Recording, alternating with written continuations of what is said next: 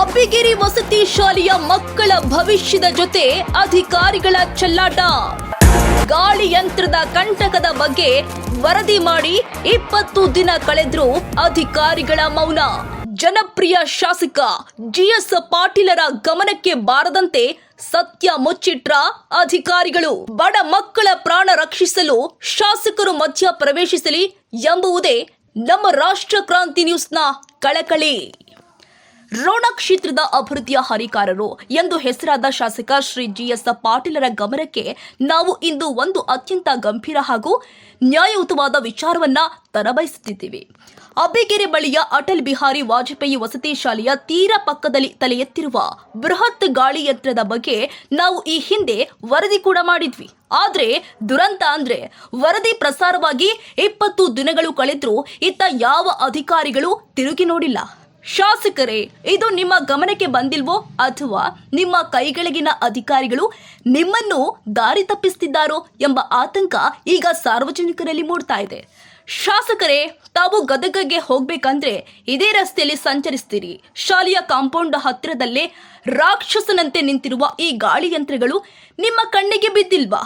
ವಸತಿ ಶಾಲೆಯ ನೂರಾರು ಬಡ ಮಕ್ಕಳು ದಿನದ 24 ಗಂಟೆಯೂ ಅಲ್ಲಿಯೇ ಇರ್ತಾರೆ. ಯಂತ್ರದ ಕರ್ಕಶ ಶಬ್ದ ಮತ್ತು ಮಣ್ಣಿನೊಳಗಿನ ವೈಬ್ರೇಷನ್ ಮಕ್ಕಳ ಮಾನಸಿಕ ಶಾಂತಿಯನ್ನ ಹರಣ ಮಾಡ್ತಾ ಇದೆ.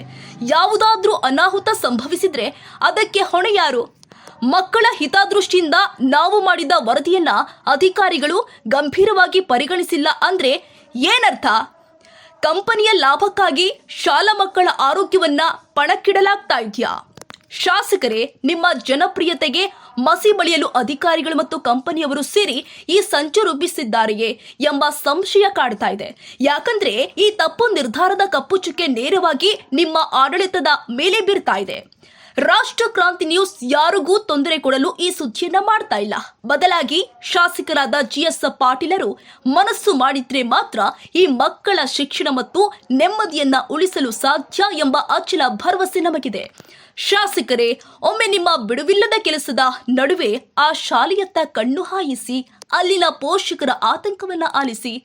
ಶಾಸಕರು ಕೂಡಲೇ ಸ್ಥಳಕ್ಕೆ ಭೇಟಿ ನೀಡಿ ಅಧಿಕಾರಿಗಳ ಸಭೆ ಕರೆದು ಈ ಅಪಾಯಕಾರಿ ಗಾಳಿ ಯಂತ್ರವನ್ನ ಸ್ಥಳಾಂತರಿಸಲು ಆದೇಶ ನೀಡುತ್ತಾರೆ ಎಂಬ ನಂಬಿಕೆ ನಮಗಿದೆ. ಅಬ್ಬಿಗೇರಿ ಶಾಲೆಯ ನೂರಾರು ಮಕ್ಕಳ ಭವಿಷ್ಯ ಈಗ ನಿಮ್ಮ ಕೈಯಲ್ಲಿದೆ. ರಾಷ್ಟ್ರ ಕ್ರಾಂತಿ ನ್ಯೂಸ್, ನಾವು ನಿಮ್ಮೊಂದಿಗೆ. ಮತ್ತೆ ನಿಮ್ಮ ಭೇಟಿ ಮುಂದಿನ ಭಾಗದಲ್ಲಿ. ಅಲ್ಲಿಯವರೆಗೂ ನೋಡ್ತಾ ಇರಿ ರಾಷ್ಟ್ರ ಕ್ರಾಂತಿ ನ್ಯೂಸ್.